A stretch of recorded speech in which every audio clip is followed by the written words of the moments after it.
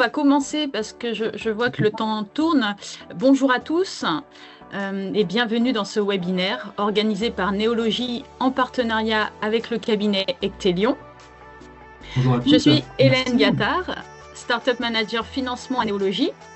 Et pour rappel, Néologie Technopole possède 3 grandes missions: accompagner, héberger et animer. Et dans ce cadre-là, dans le cadre de l'animation justement, nous avons le plaisir aujourd'hui d'accueillir Aristide Ruot, fondateur et directeur général du cabinet Ectelion, qui va nous présenter aujourd'hui comment valoriser sa start-up.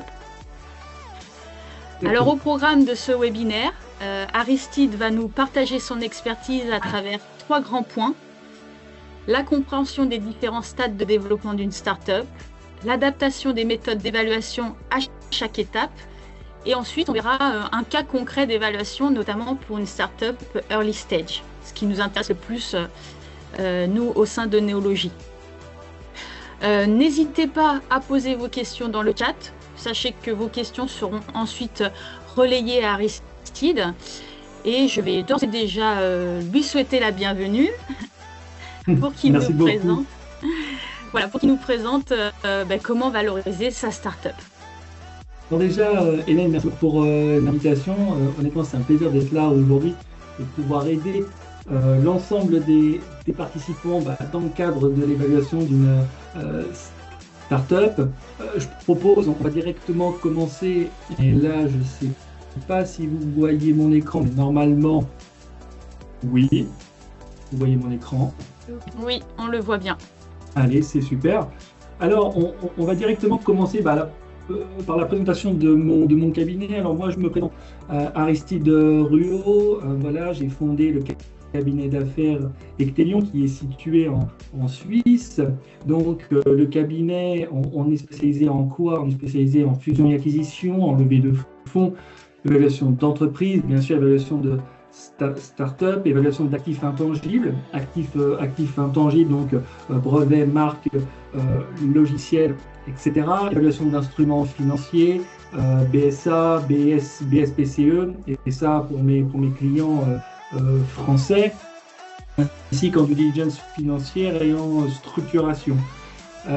Nous, en termes de clientèle, on a autant des entreprises, donc entreprises familiales, mais aussi start-up, etc. Donc on a une typologie assez variée et on agit principalement en Europe de l'Ouest, mais majoritairement en Suisse et en France.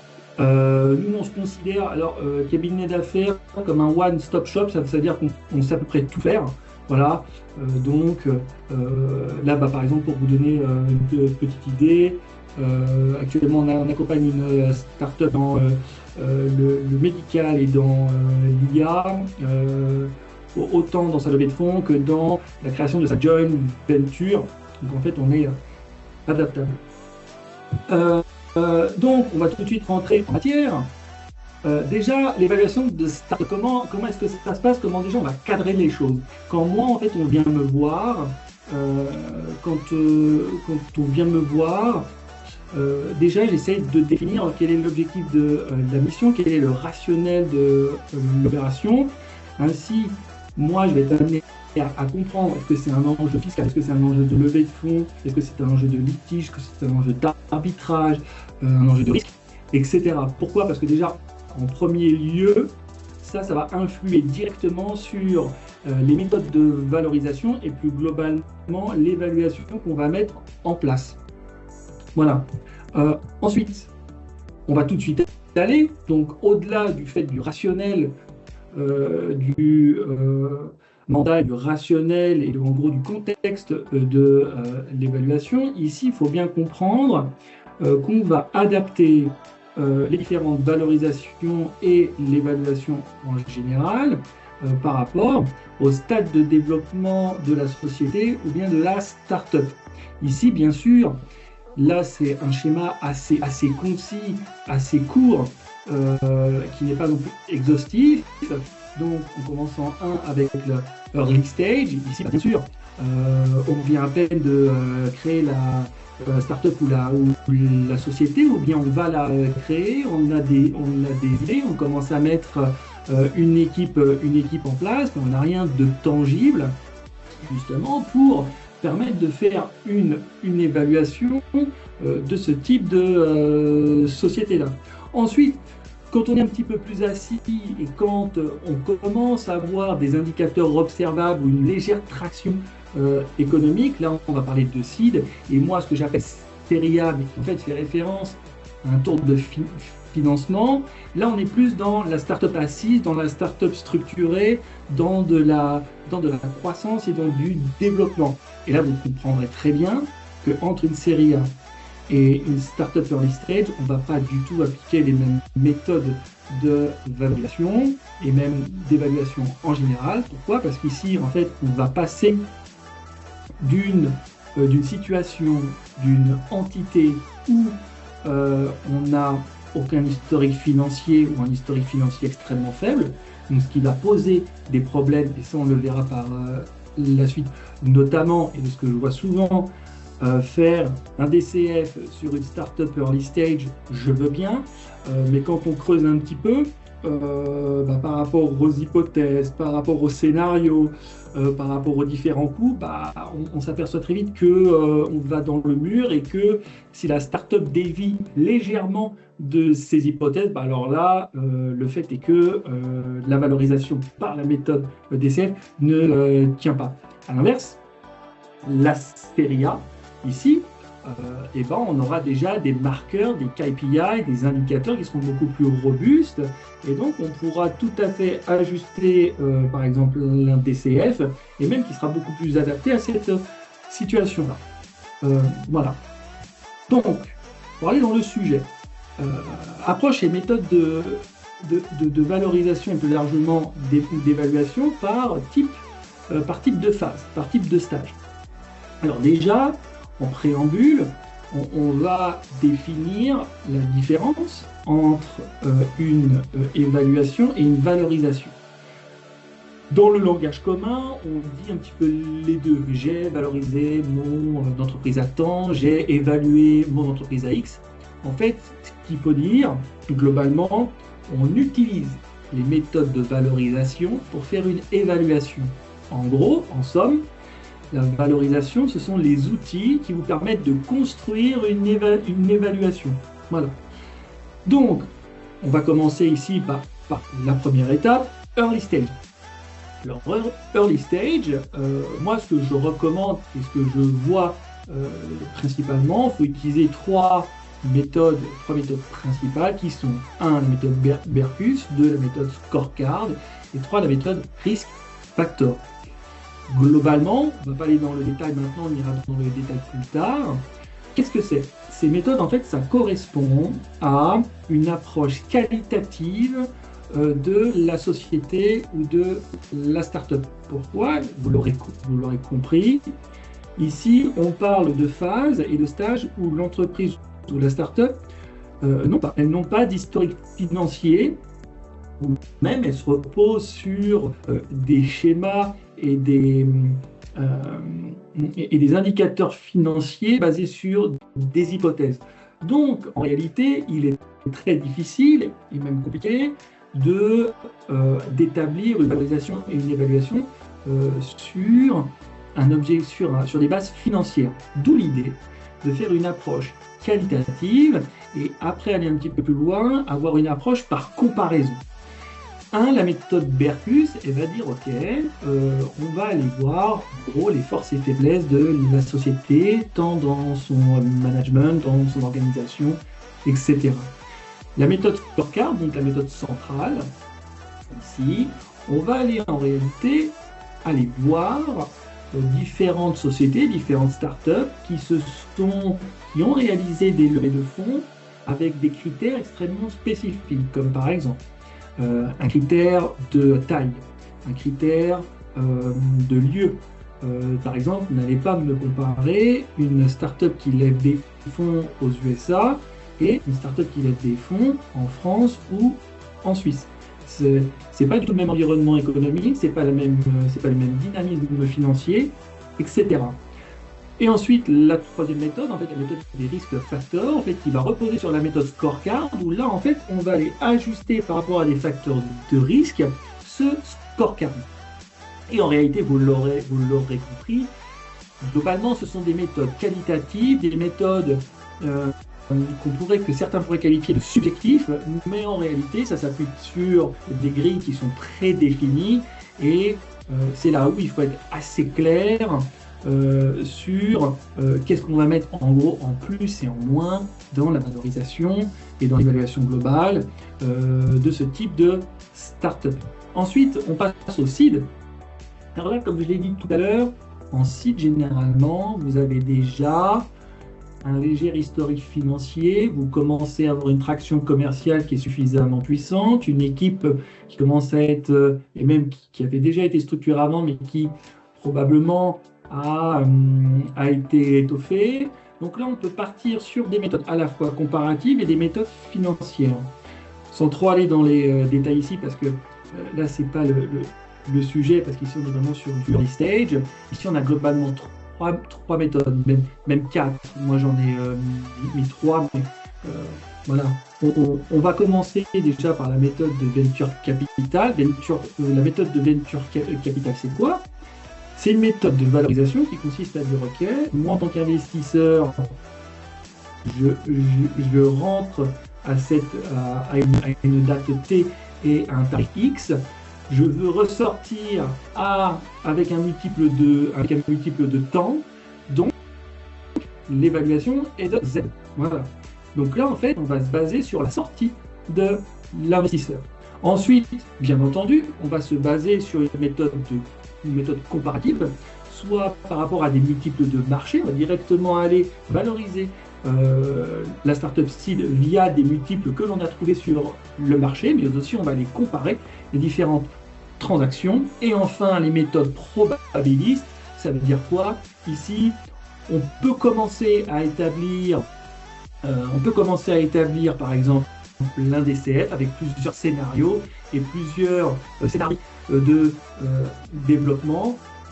Par exemple ici, ça me fait penser, la méthode probabiliste, vous êtes une société industrielle, une start-up industrielle, vous avez des phases de développement avec réussite ou échec. Donc à partir de ce moment-là, il serait intéressant de mettre des options réelles en place. Donc ça veut dire quoi? Un arbre binomial qui va dire fait. Soit vous réussissez à cette phase-là, donc vous poursuivez, soit vous avez échoué à cette phase-là et vous allez essayer autre chose. Donc ce sont là des méthodes un petit peu plus complexes à mettre en place, qui demandent de l'ingénierie financière et qui sont tout à fait adaptées ici. L'avantage, là, c'est que vous avez à la fois des méthodes de comparaison, des méthodes légèrement financières, des méthodes d'ingénierie financière, des méthodes comparatives. Donc là, ça devient un petit peu plus robuste. Voilà. Toujours est-il, la faiblesse par rapport à ces méthodes-là, c'est bien sûr, il nous faut que les informations financières soient tangibles. Hein. C'est toujours la chose principale, et toujours étant modéliser par exemple des free cash flow ou un flux de trésorerie sur des entités aussi jeunes, ça demande toujours énormément d'ingénierie et ça demande toujours un peu de réflexion. Voilà. Ensuite, série A. Alors série A, donc bien sûr, comme j'ai dit, ici ça correspond plus à une phase de financement, mais généralement les tours de financement sont parfois corrélés. D'ailleurs, j'ai fait un article sur le sujet si vous voulez aller voir des phases, réellement des phases de développement des startups, donc de l'early stage jusqu'à l'IPO. Ça peut vraiment être intéressant dans le cadre de ce webinaire. Donc série A, là on se rapproche beaucoup plus d'une entité, d'une entreprise, on ne va pas dire traditionnelle, mais là où on va pouvoir appliquer des méthodes connues et reconnues. Et encore, il faudrait définir qu'est-ce qui est connu et reconnu, les méthodes de marché. Ça fait souvent à la discussion. Et là, on va aller vers des scénarios beaucoup plus simples, un DCF, multiples de marché, multiples transactionnels, scénario de sortie, etc. Toujours est-il, la faiblesse principale, sera lié par rapport, toujours est-il, à au free cash flow et aussi à la démonstration de l'ensemble des états financiers, à comment est-ce que ces états sont compilés, comment est-ce qu'ils sont analysés, dans quel format, etc.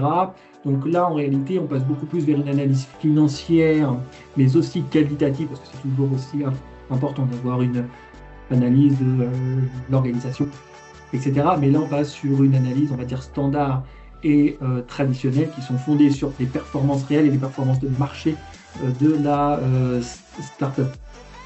Voilà. Donc là, cœur du sujet de ce jour, évaluation de startup early stage. Donc là, on rentre directement par la méthode Berkus. Donc comme je l'ai dit, méthode Berkus, c'est une approche en fait qui se base sur la qualité.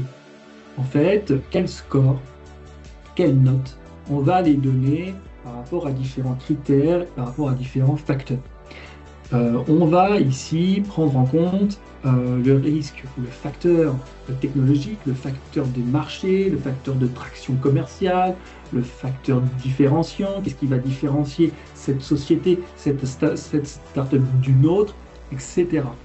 Là, par exemple, à droite, vous pouvez voir la fameuse grille. Alors bien sûr, c'est une grille que l'on peut toujours étoffer, on peut toujours aller en profondeur, mais ici, pour l'exemple, elle est extrêmement parlante. Pourquoi? Parce qu'on va se baser sur 5 à 6 critères, 5 à 6 facteurs de risque clés, qui sont globalement votre technologie, par exemple, vous êtes là, la startup que j'accompagne a une technologie, c'est très bien. La société dispose d'un brevet, ce brevet est protégé. Donc en fait, par rapport au risque technologique, à la faisabilité, etc., en fait, tout est bien ficelé. Donc si je devais faire une note de cette startup, je mettrais par exemple un score de 4. Un score de 4 signifie quoi? Que l'on va attribuer la valeur de 400 000. Alors, là on arrive en termes de valeur attribuée par rapport au score, et vous l'aurez compris, un score de 1 correspond à 100 000, un score de 2 correspond à 200 000, et ça jusqu'à 5. Ici, Express est une échelle US, c'est une échelle américaine. Chez nous, en Europe, que ce soit en France, en Suisse ou n'importe où, cette échelle est légèrement réduite.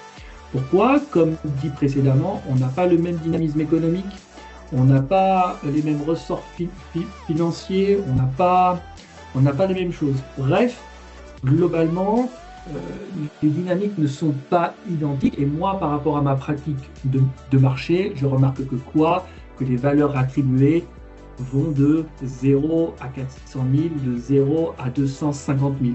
Voilà. Ici, c'est juste à titre d'exemple. Voilà. Donc, en fait, dans la méthode Berkus, on va venir analyser tout un panel, toute une grille qualitative pour venir attribuer des scores. Et en fonction de ces scores, on va arriver à une valorisation. Bien sûr, il faut être quand même exhaustif. Vous remarquez que chaque facteur contient plusieurs critères. Et dans ces critères, il y a des checklists. Donc, on peut arriver avec des listes gigantesques. Bien sûr, il ne faut pas se perdre non plus dans l'affinage et dans la précision pour pas que ce soit trop lourd. Mais il convient quand même d'aller en profondeur. Donc ici, méthode Berkus, une approche qui est basée sur la qualité. Ensuite, vous avez le score.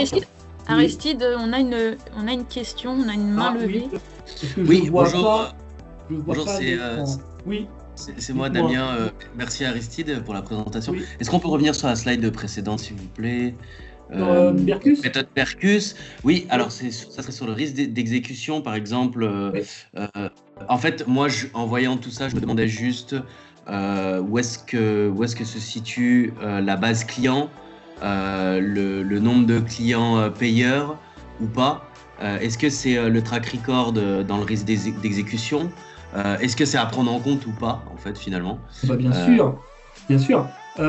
Par exemple, Justement, c'est l'exemple. Ah, pilote payant. Vous anticipez. Non, mais c'est très très bien. C'est bien, on va légèrement anticiper, comme ça va me permettre de vous répondre. Sans trop aller dans le cas pratique qu'il y aura après, j'ai établi une méthode Vertus pour justement, il y a l'un de mes associés qui m'a envoyé un dossier il y a 3 semaines. Et justement, tout ce qui est risque d'exécution, donc ça veut dire par rapport au système et à la mise en place, par exemple, du produit vers le client, que ce soit par rapport aussi, comme vous l'avez dit, par rapport au fait que le client soit payeur ou non, etc. Oui, ça rentre dans le risque d'exécution et de ce que vous avez fait avant. Par exemple, si vous avez livré un produit et que le client il a déjà mis 30 jours à payer, etc., et que même le produit à la base, vous l'avez livré dans un temps, dans un temps et dans un délai qui est où il y a du retard, bien sûr qu'il va falloir le prendre en compte. Et d'ailleurs, ce qui m'amène aussi, quand vous faites, par exemple, une évaluation avec un taux d'actualisation, par exemple un WACC, hein, ou en français c'est le CMPC, le coût moyen pondéré du capital, si vous prenez de jeunes startups ou de jeunes entreprises comme ça, il faut obligatoirement mettre un taux qu'on appelle SRL ou un taux qu'on appelle MRL. C'est le Manufacturing Readiness Level, donc votre capacité à produire et à livrer. Et ensuite, le SRL, c'est votre capacité à l'intégration des systèmes. Ok, j'ai une commande client, comment est-ce que je l'exécute et comment je livre. Voilà. Je ne sais pas si j'ai répondu à votre question, mais je pense que tout va s'éclairer après. Vous me dites si je le poursuis, parce qu'étant donné que je vois mon PowerPoint et que je ne vois pas l'écran, vous pouvez m'indiquer. Oui, merci pour la réponse. Après, c'était dans le cas vraiment de start-up digital, là où le produit est vraiment online et donc oui, du coup les clients payeurs vont être pris en compte. Oui. Et ok, d'accord. Et le track record juste sur la checklist dans risque d'exécution, ça fait allusion à quoi? En fait, c'est le nombre de ventes que vous avez déjà fait. Par exemple, ça peut être ça. Ça peut être aussi, là, on peut mettre aussi un point track record entre parenthèses. On peut mettre traction commerciale. On peut mettre, voilà. C'est encore une liste. Ici, c'est une liste qui n'est pas exhaustive. Hein. On peut bien sûr rétoffer. Moi, de mon côté, si vous voulez, j'ai des listes qui sont nettement plus étoffées. Bien sûr, on adapte par rapport à la capacité de la société, par rapport à la capacité des personnes, par rapport à la capacité de l'organisation en général à exécuter. Ça veut dire à faire, hein. Simplement. Puis oui. Ouais. Très bien, merci. Ok. Bon, écoutez, on poursuit. Alors, le scorecard. Le scorecard ici, c'est à la fois une approche qualitative et une approche comparative. Ici, qu'est-ce qu'on fait? On va aller voir sur le marché des startups qui ont une phase identique à celle que l'on souhaite comparer. Par exemple, on a une startup seed, et ben on va aller chercher une startup seed, voilà, qui a levé des fonds dans un environnement économique assez semblable. J'entends aussi par là dans une zone géographique similaire.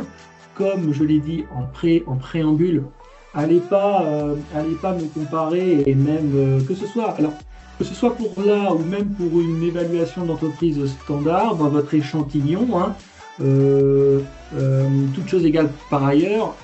Si vous me faites une comparaison avec une start-up américaine ou je sais pas japonaise ou autre, située soit en Amérique du Nord, soit en Asie, soit en Amérique du Sud, là effectivement vous aurez un problème de comparaison parce que là la comparabilité ne sera pas bonne. Donc critère 1, scorecard, aller chercher des sociétés similaires, comparables, de taille comparable, une organisation comparable, etc.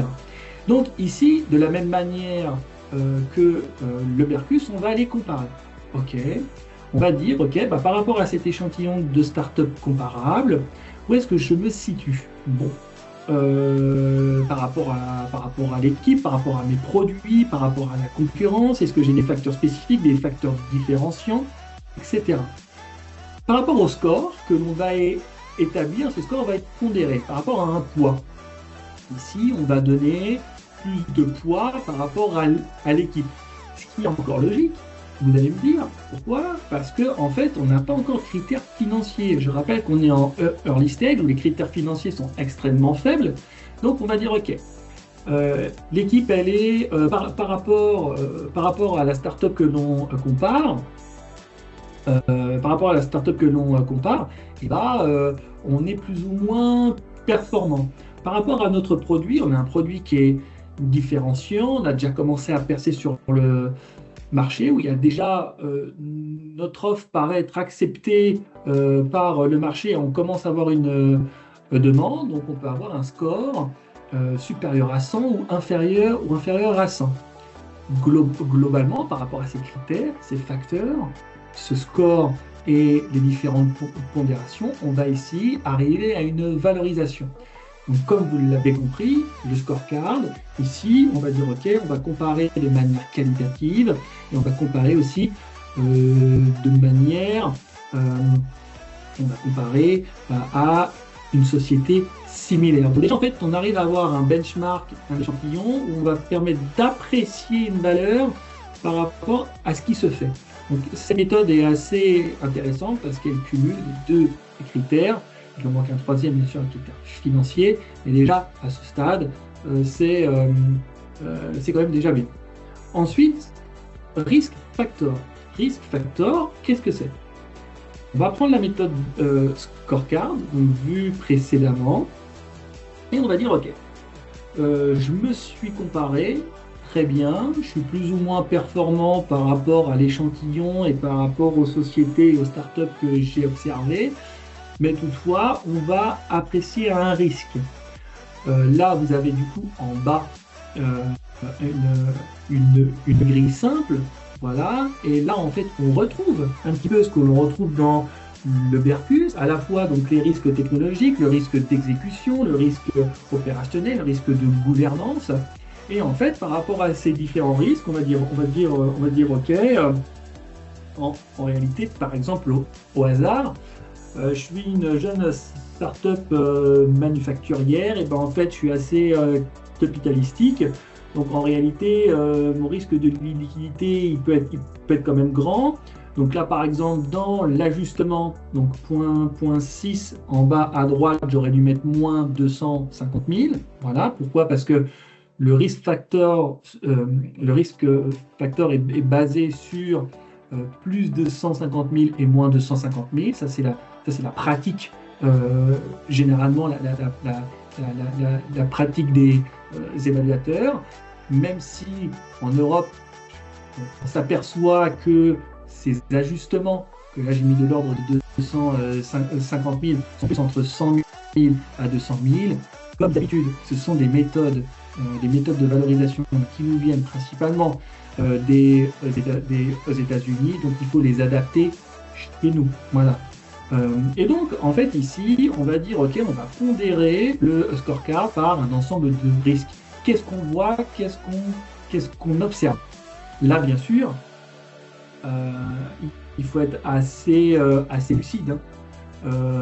Si vous le faites vous-même, il faut être assez lucide, parce que si vous vous retrouvez face à un investisseur et que, en fait, votre risque factor, vous mettez des plus de 150 000 partout, ça va pas le faire, quoi.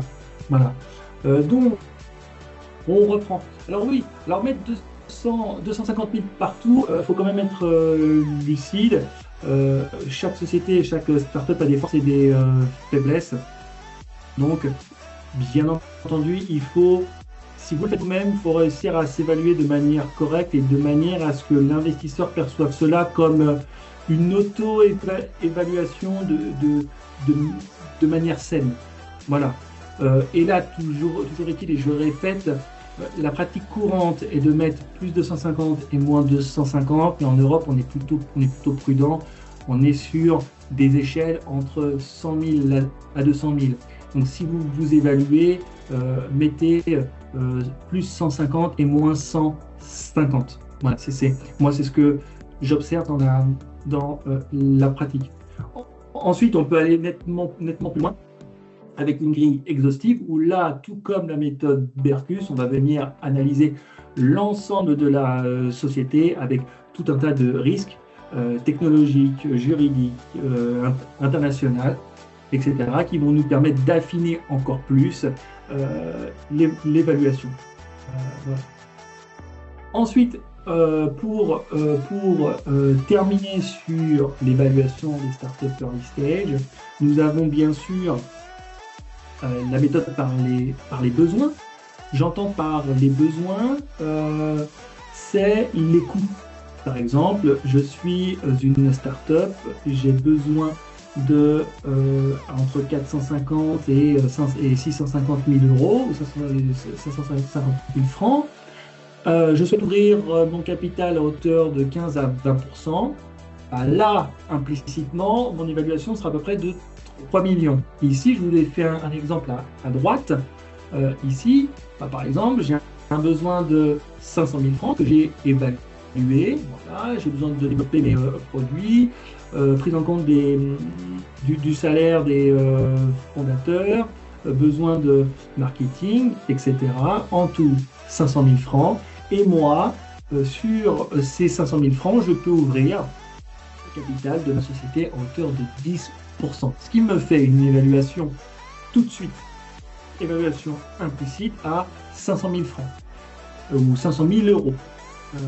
Vous allez voir que c'est sur cette approche et sur cette méthode de valorisation et évaluation ici où il y aura une discussion dans le cas pratique. Alors, le cas pratique. Je reçois, comme j'ai dit aussi tout à l'heure, j'ai reçu un dossier il y a 3 semaines. Mon associé m'a dit, tiens, il y a une personne qui m'a contacté, une startup early stage, très bien. Cette société, cette startup est déjà assez structurée. Elle dispose d'un brevet. Pourquoi? Parce que cette startup en fait vend des vêtements biodégradables. Très bien, il y a un aspect différenciant et innovateur. Ok. Il me dit bon, est-ce que tu peux aller voir dans la data room et me faire un retour pour voir ce que tu en penses? Ok, très bien. Et il me dit, en passant, si tu peux me faire une évaluation globale, mais sans trop aller dans les détails, ce serait vraiment chouette. Pourquoi? Parce que peut-être qu'on va avoir un problème d'évaluation. Je suis ok, très bien.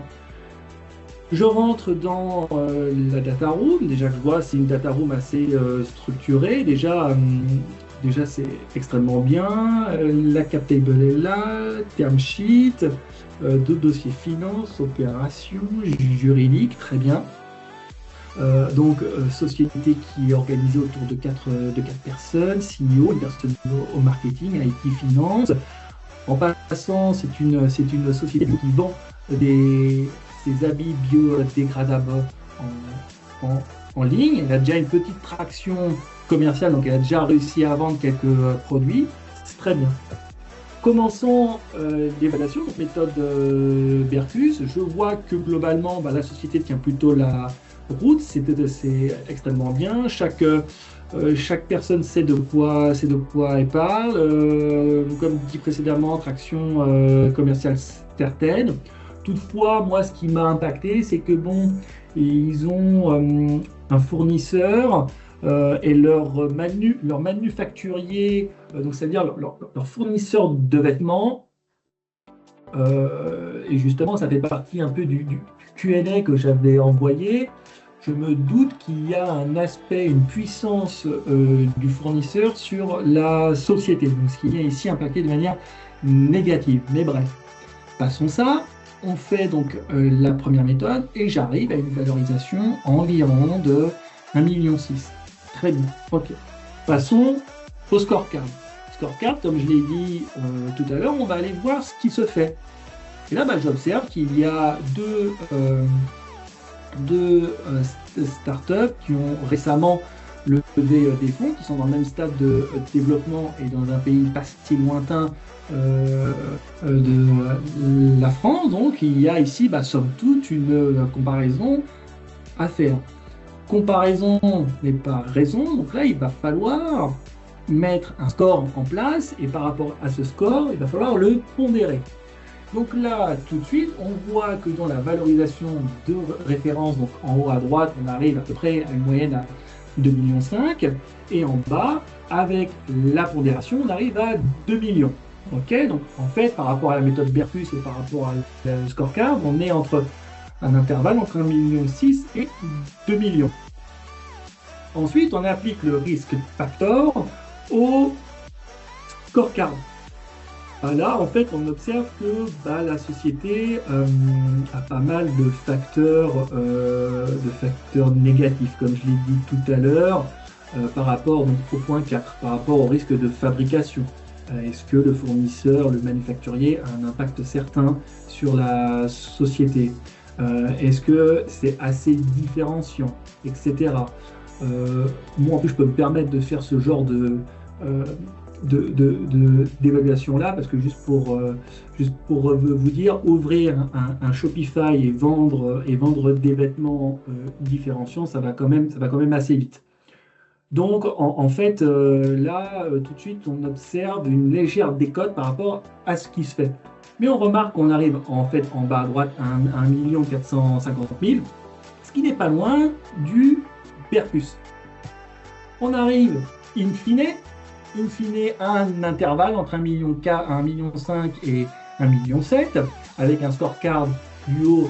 Et pourquoi? Parce qu'on s'est basé ici sur un échantillon qu'on estimait comparable, mais après ajustement, après risque factor, on obtient quasiment pareil que le Berkus.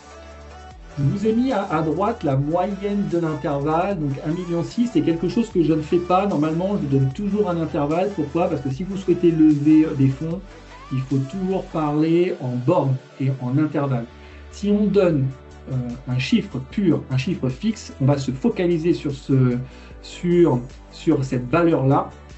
Et du coup, l'aspect de négociation va être soit négligé ou soit impacté. Donc toujours, je donne des bornes et au-delà de ces bornes, ça va nous permettre de voir et de négocier directement avec l'investisseur. Et pour finir sur ce cas, vous remarquez qu'il n'y a pas la méthode des besoins. Des besoins en financement.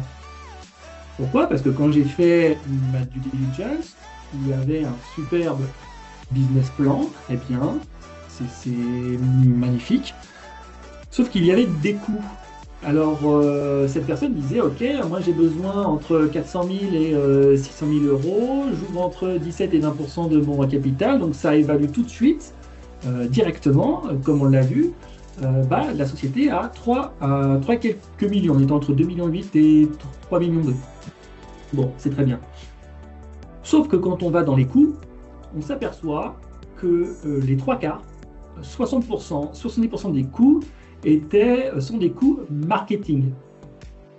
Donc, en fait, je vois mon associé, je lui dis non mais attends, les coûts marketing, aujourd'hui, alors c'est de la vente en ligne avec un site web, vente en ligne de vêtements. Je veux bien que l'idée soit géniale, c'est super, mais on n'a pas besoin entre 300 000 et 400 000 euros pour faire de la publicité Google Ads, Facebook Ads, etc. Aujourd'hui, et je suis bien placé pour le savoir, l'IA fait des choses extraordinaires en termes de marketing à coût extrêmement réduit. Il suffit de faire un TikTok qui marche bien et ça ne vous coûte pas 300 000. Donc, cela dit, il y a eu discussion avec cette personne, et effectivement, il s'avère que la valeur trouvée, là, dans ce que je vous propose, était déjà un investisseur qui avait déjà évalué ou qui voulait rentrer à ce tarif-là, voilà, avec cette évaluation-là. Donc, ce qui a permis en fait de niveler un petit peu les choses et de remettre un peu les pieds sur terre à la start-up. Voilà. Moi, c'est bon pour ma présentation.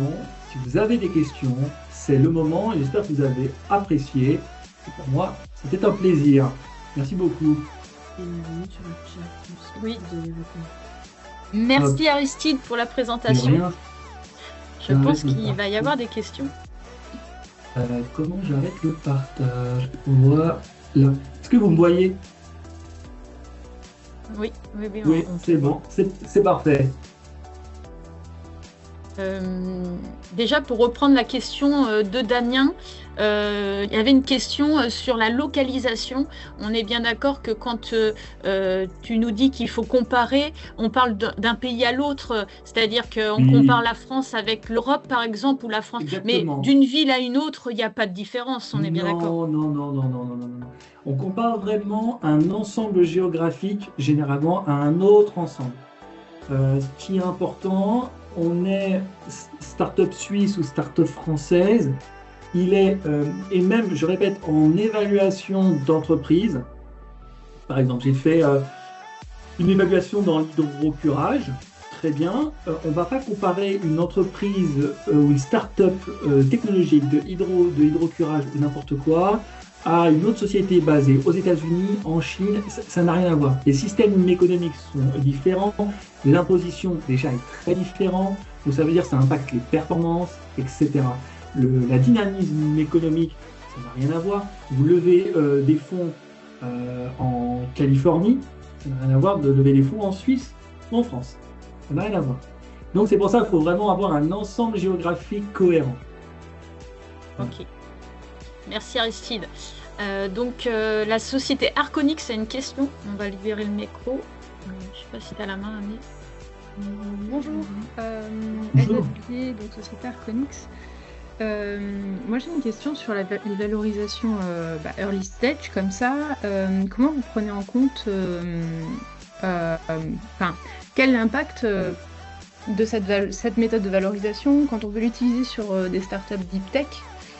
On a beaucoup d'exemples, nous, dans notre écosystème de startups qui ont levé en early stage des montants bien supérieurs aux valorisations moyennes qui sont présentées dans la méthode. Donc, pour moi, c'est pas possible. Du coup, comment vous faites, en fait? Alors, toujours est-il, et là, je vais appuyer sur une chose. Quand on fait une évaluation, que ce soit start-up, early stage, n'importe quoi, que ce soit entreprise, déjà, ce qu'il faut préciser, on ne donne pas un prix, on donne une valeur. Okay? Et généralement, ce sont des valeurs indicatives. Nous, par rapport à ce qu'on voit et par rapport aux pratiques, on va dire OK, nous, on voit que de manière indicative, la valeur est entre temps et temps. Toutefois, lors de levée de fonds, vous ne montrez jamais l'évaluation. D'accord? Pourquoi? Imaginons que dans un cadre de deep tech, l'investisseur vous propose pas 2,5 millions ou 3,5 millions, il vous en propose 10. Donc à ce moment-là, vous avez tout intérêt, bien sûr, à ne pas montrer l'évaluation parce que ça va dans votre sens. Ok? Parce qu'il considère, lui, qu'il y a un apport technologique, qu'il y a un apport dans certains secteurs, il y voit une progression exponentielle, c'est très bien. Si celui-ci a une valo inférieure à la vôtre, là, étant donné que vous avez le rapport de valo avec vous, vous pouvez le challenger et dire pourquoi. Donc en fait, il y a plusieurs choses dans ce que vous dites. C'est à la fois l'aspect prix et valeur. Nous, en tant qu'évaluateur, on donne, c'est pour ça qu'on fait une valo. Voilà, on donne une valeur, on donne pas un prix. Le prix, c'est l'investisseur ou, ou l'acquéreur qui va le donner ça. De lui, dans son écosystème, par exemple, si c'est un VC, bah, il a tout un écosystème avec lequel il pourra, par exemple, prendre votre startup, investir à l'intérieur. La technologie que vous avez développée, ça va aussi booster l'ensemble de son portefeuille, donc il y a un aspect synergique aussi, que nous, en fait, on n'a pas. Donc, en fait, il y a plein de choses à prendre en compte, que nous, on essaye, mais c'est là, lors des phases de négociation, où il faut être un petit peu plus ouvert et un petit peu plus stratégique. C'est la raison pour laquelle, si vous faites appel à un évaluateur, il ne faut pas faire appel qu'à un évaluateur. Il faut faire appel à quelqu'un qui fait tout. Qui fait à la fois de la levée de fonds, de l'évaluation, que ce soit évaluation d'entreprise, évaluation de start-up, évaluation d'instruments, parce qu'au bout d'un moment, étant donné que vous levez des fonds, vous devez mettre des instruments financiers en place pour attirer les investisseurs. Voilà, donc ça, voilà. Et donc, l'idée, en fait, c'est de prendre tout ça en compte pour pouvoir aller vers les investisseurs, ce qui est en fait la meilleure chose, à faire. Bon, en tout cas, c'est ce que je vous conseille, c'est ce que je vois. Voilà. D'accord, merci.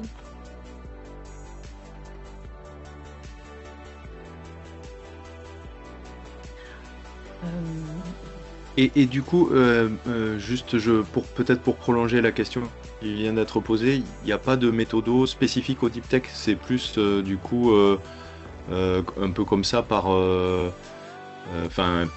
la manière dont l'investisseur voit les choses que ça peut amener un challenge sur le sujet. D'accord.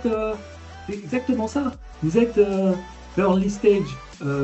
Alors bien sûr, vous allez tout de suite voir, et ce qui est naturel, si une startup deep tech a levé, je sais pas, 5 millions d'euros avec un multiple de CA, un multiple, un ARR, sur un autre agrégat financier, vous allez tout de suite vous comparer et voir ce qui se fait. Mais en tout état de cause, nous, quand on fait une évaluation, une valorisation, une évaluation en général, nous, on se base sur des méthodes reconnues, guillemets, parce que toujours est-il, ça c'est un grand débat, on ne sait pas ce qui est reconnu ou non, parce que quand vous allez voir les définitions exactes, c'est assez difficile, mais il n'y a pas de méthode particulière. Nous, on va essayer de se baser sur la méthode des praticiens, voilà, voir ce qui se fait en pratique, et il n'y a pas de choses... voilà. Et les méthodes reconnues, on sera toujours sur du Percus, scorecard, risk factor, comparaison, DCF, multiples, etc. Voilà. Vous êtes d'accord que ces méthodes ne sont pas du tout applicables au deep tech, du coup? Parce que si on prend l'exemple des startups du quantique qui vont lever en première levée 10 millions d'euros, bah, ça fonctionne pas. Mais là, on parle d'une technologie qui est très différenciante. C'est là où ça rentre en jeu. D'où l'idée, quand vous faites une évaluation comme ça, en réalité, ce qu'il faut prendre en compte, c'est un TRL, en réalité. Et c'est ce qu'on voit souvent dans les startups technologiques, c'est-à-dire le risque technologique. Qu'est-ce qui se passe? Par exemple, là, j'ai une société qui fait du logiciel. Elle a un logiciel qui est fonctionnel, une traction commerciale géniale, cash flow super. Sauf qu'avec l'arrivée de l'IA et de tout ce qui se passe, et ben en fait la valeur de sa boîte plonge. Donc en fait, même dans le quantique, tout ça, etc., c'est toujours pareil. On a un effet bulle, mais une fois que la technologie est pleinement disponible et une fois que c'est fait, bah, cette bulle pète. C'est aujourd'hui ce qu'on voit. D'ailleurs, il y a 3 semaines, là, non, il y a 2 semaines, il me semble que les valeurs Microsoft, etc., ont pris une claque en bourse, avec une décote entre 15 et 20%. Et donc, c'est ce qui va se produire. Aujourd'hui, vous arrivez à lever des fonds comme ça, parce que c'est un produit nouveau, c'est un produit différenciant, c'est un produit technologique, c'est un produit révolutionnaire, mais à terme, ce sera plus ça. Voilà.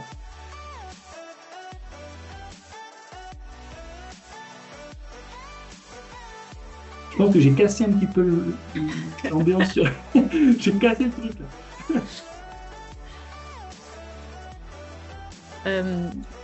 En fait, pour compléter la question d'Elsa, je pense que pour certaines startups deep tech, être plafonné sur des valos à 2,5 millions, ça peut frustrer un petit peu. Il y a peut-être un petit... Tout à fait. Et là, d'autant plus que ce que je donne, c'est un exemple. En plus, on est dans un exemple vestimentaire. Ça n'a rien à voir. Moi, pour le client là, que j'accompagne, que ce soit dans la santé et dans l'IA, on est tout de suite sur des valeurs nettement supérieures. En plus, il y a un brevet, en plus, il y a de la compétence, on n'est pas du tout sur les mêmes échelles. C'est ça aussi. L'évaluateur va aussi, c'est ça son boulot, de comparer ce qui est comparable.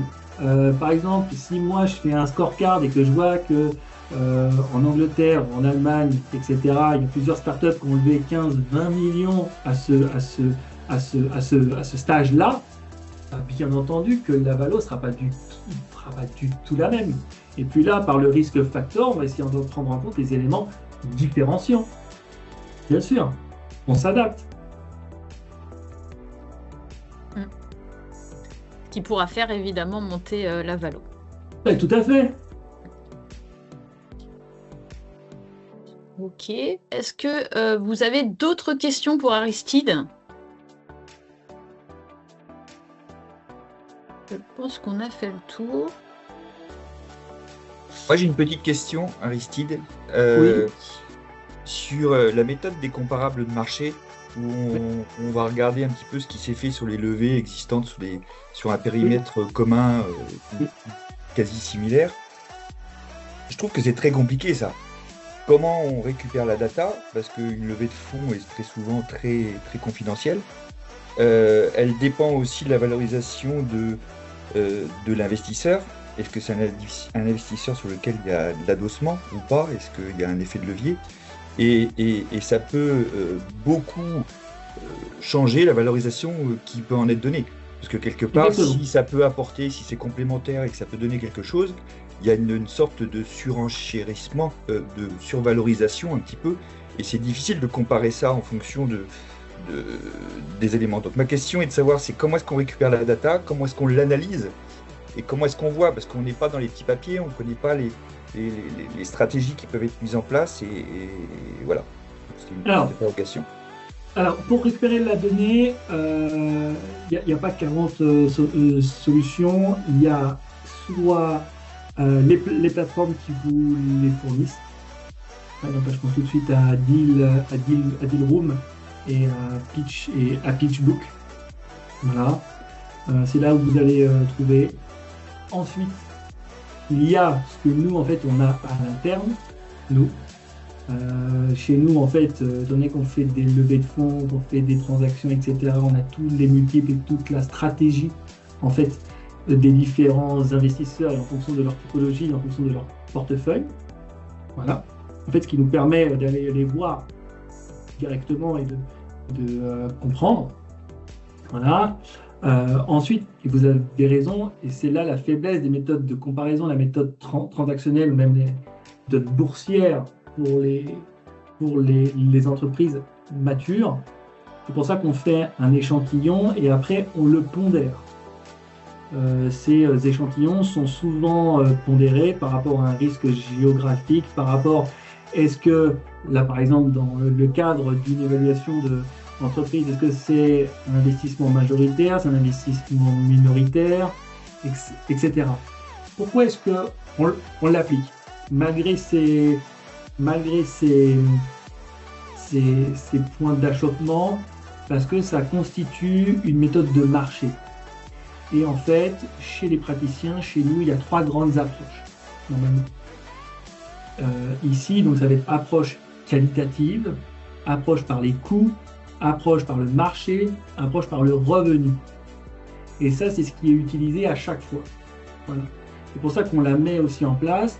Et d'autre part, avoir des transactions comparables ou une entreprise comparable, vous, ça vous permet de vous mesurer. Et nous aussi, ça nous permet de voir. Donc à la fois, il y a les données qui sont sur des plateformes spécifiques, les données qu'on a nous, personnellement, avec la pratique. Ensuite, l'évaluation et la pondération. Parce que là, bien sûr, ce que je vous montre, c'est de manière simpliste. Hein. Vraiment, c'est pas ça. On va beaucoup plus loin dans l'analyse. Et ensuite, après, on met tout ça dans un joli rapport étayé qui, chez moi, est assez conséquent. Pourquoi? Parce qu'il faut que ces rapports soient défendables, auditables, et aussi défendables, il faut qu'ils soient entendus par vous aussi, que je puisse vous expliquer en quoi mes analyses m'ont amené à ce résultat de X, par exemple. Voilà. Je ne sais pas si j'ai répondu à votre question, globalement. Oui. Ouais. Très bien. J'en avais une deuxième. Allez-y. On parle toujours d'émergence, de croissance, de développement, des stades qui sont un peu différents, où les enveloppes sont un peu différentes et les investisseurs sont différents. Oui. Est-ce que le fait d'avoir eu recours à des investisseurs sur des premières phases peut être un frein qui pondère justement la valorisation par la suite ou pas? C'est-à-dire que si on a une table capitalistique où on a déjà des investisseurs qui sont rentrés sur les premiers tours, est-ce que ça peut freiner une valorisation plus conséquente par la suite? Plus conséquente, ça passe toujours. Par contre, et c'est là le problème, quand le prochain tour et la valorisation, je vais dire ça autrement. Vous faites un second tour de financement, la valorisation est plus haute parce que votre société, oui, parce que votre société a surperformé, c'est bon, parfait, personne ne vous en tiendra compte. Même le prochain investisseur qui va rentrer, lui va rentrer par rapport à sa typologie et par rapport à dans quel type de start-up il investit en fait dans une autre société globalement. Parce que vous êtes passé de early stage et après vous êtes passé à seed ou series A. Donc tout de suite vous avez une autre typologie et si la valo elle augmente en même temps que vos performances, c'est très bien. Par contre, et c'est là où ça pose un problème, d'où l'idée de ne surtout pas survaloriser au départ. Si vous avez un down round, là par contre, là ça commence à faire quelques crispations. Donc, pour répondre clairement, si vous faites un autre tour de financement et que la valo est plus haute et que c'est corrélé à l'aspect financier, à l'aspect organisationnel, etc., ça va. Et même la typologie d'investisseurs que vous allez voir, ce ne sera pas la même. Pourquoi? Parce qu'il y a des investisseurs qui préfèrent faire un exit directement, d'autres à 3-5 ans, d'autres à 5 ans. En fait, c'est suivant les stratégies et par rapport à vous, votre phase de développement. Voilà.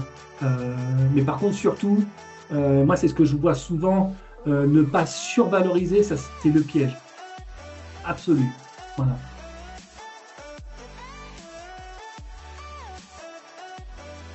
J'ai encore une question. Oui. Allez-y. Souvent, l'ennemi de la levée de fonds, c'est souvent le temps et la trésorerie. Et quels sont les délais moyens constatés sur une estimation et une recherche de fonds? Parce que on peut vite être en faiblesse lorsqu'on consomme de la trésorerie et qu'on a besoin d'éléments. Je sais que ça joue beaucoup et que des fois on transpire parce qu'on arrive vraiment à une espèce de deadline où on se dit ouais, ça vaut encore de l'argent, mais si on attend encore 3-4 mois et qu'on n'a pas de réponse, là ça devient beaucoup plus tendu et on n'est plus en position de force. C'est tout à fait la problématique du fameux cash burn. À quelle vitesse est-ce que vous brûlez votre cash? Alors, il y a un peu deux phases dans votre question, si je peux me permettre. Les investisseurs, généralement, aiment bien, au moment où ils reçoivent le dossier, il y ait au moins 6 mois, entre 3-6 mois au moins de trésorerie. Si vous arrivez vers un investisseur et qu'il vous reste 1 mois ou 2, c'est pas la même chose. Et là, c'est ce qui m'est arrivé là. Du coup, on était à court de trésorerie avec une autre startup. On a dû faire en fait un bridge pour pouvoir à la fois financer les besoins d'exploitation de la société, mais aussi pour pouvoir aller plus avant dans une levée. Voilà, pour dire, OK, en fait, on a une trésorerie qui est beaucoup plus conséquente. Voilà. Effectivement, aujourd'hui, on regarde beaucoup le chiffre d'affaires et EBITDA, nanana. Alors ça, c'est très beau, c'est très bien. Mais moi, je suis partisan du cash. Cash is king. Point barre. Voilà. Si vous n'avez pas de sous, pour faire simple, hein, si vous brûlez votre cash extrêmement vite et que, in fine, au final, vous arrivez à avoir de l'attraction commerciale, un chiffre d'affaires certain, etc., mais que votre compte bancaire en cash ne se remplit pas, là, c'est pas la même chose. Voilà. Donc, toujours est-il, et pour répondre, avant de faire une levée de fonds, parce que ce qu'il faut tenir compte aussi, c'est la durée d'une levée de fonds. Parfois, ça peut aller très vite. Hein. Ça, je dis pas. Parfois, ça peut aller extrêmement vite, mais globalement, ça dure quand même. Vous voyez, moi, là, je suis sur une phase de négociation et on a commencé à partir de octobre. Vous voyez? Donc, en fait, avec plusieurs investisseurs, des fois, ça peut durer, à moins que vous ayez, comme tout à l'heure, un produit hautement technologique avec quelque chose de différenciant, etc. Là, ça peut aller très vite. Par exemple, les premières startups dans l'IA ont levé des fonds comme ça, parce que c'était incroyable. Donc, il y a plein de facteurs à prendre en compte, et ça, en fait, c'est au cas par cas. Voilà. Merci Aristide. Olivier, c'est bon pour tes questions, Olivier? Oui, très bien. Super. On avait une dernière question par rapport comment intégrer le potentiel marché sans tomber dans la surprojection ou la sous-projection de la méthode Berkus. Alors, la méthode Berkus, là, on parle surtout des aspects qualitatifs et ce qu'il y a à l'instant T. Moi, les projections commerciales, là, on va plutôt partir. En fait, moi, je dissocie. Quand vous me dites projection commerciale, ça veut dire que vous m'avez fait, au préalable, vous m'avez quantifié l'ensemble des recettes que vous allez obtenir vis-à-vis de divers clients. OK. Ici, on part en réalité vers vers une méthode plus financière, ici. Alors que je rappelle, la méthode Berkus, ici, ça va être une méthode qualitative, bien entendu. Si vous avez déjà, je répète encore une fois, une traction commerciale, un développement commercial avec certains clients, là, bien sûr, on va aller en profondeur et la méthode Berkus va être analysée pour voir, OK, sur un score de 0 à 5, on estime que par rapport à ce que moi j'ai vu et par rapport à ce qui se fait sur le marché, par rapport à ce que je connais, on met un score de 4. Donc ça veut dire qu'il y a déjà une valo qui est déjà de 400 000. Voilà, par exemple. Donc, il y a à la fois l'aspect de comment est-ce qu'on quantifie. Moi, par exemple, j'ai vu, là, justement, pour mon client, il me sort un business plan. En fait, c'était exponentiel. ça faisait, ça doublait, ça faisait 2 millions, 4 millions, 8 millions, un moment non, un moment non. Donc on revient et c'est à ce moment-là où on va ajuster, où là on ajuste aussi la méthode Percus, etc. Voilà. Je ne sais pas si je réponds parce que c'est assez complexe, parce qu'en fait il faut voir l'analyse globale, comment est-ce que le dirigeant voit comment est sa société, comment nous on l'aperçoit et par rapport à ce qu'on a aussi vu nous. Donc souvent il y a un delta.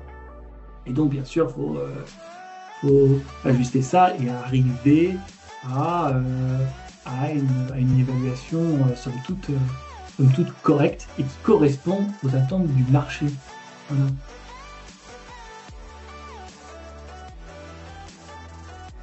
Parfait. Merci Aristide pour toutes ces explications. Du coup, peut-être que tu peux remettre ta dernière slide pour remettre en évidence le cabinet, les coordonnées et également le lien Internet pour les gens qui souhaiteraient avoir un peu plus de précision sur ces évaluations et éventuellement travailler avec Aristide. Et puis, s'il n'y a pas d'autres questions, il est bientôt 10h15, donc je pense qu'on va bientôt clôturer ce webinaire. Vous voyez mon écran, mais de toute façon, Hélène, vous distribuerez le PowerPoint et de toute façon, il est accès libre. Voilà, oui, moi oui. je distribue largement, donc là je montre, hein, mais de toute façon, si vous voulez me contacter, c'est directement soit sur mon site web ou bien voilà. Vous avez tout ce qu'il faut pour me contacter si besoin. Voilà. Hop, tac. Très bien. Eh bien, merci beaucoup Aristide en tout cas pour cette belle présentation qui nous aura éclairé sur l'évaluation des startups early stage. Du coup, je vous redis, hein, pour ceux qui n'ont pas entendu, que de toute manière, ce webinaire est enregistré et sera rediffusé sur notre chaîne YouTube pour ceux qui ont envie de le revoir. Et je vous souhaite à toutes et à tous une très belle journée et je vous dis à très bientôt.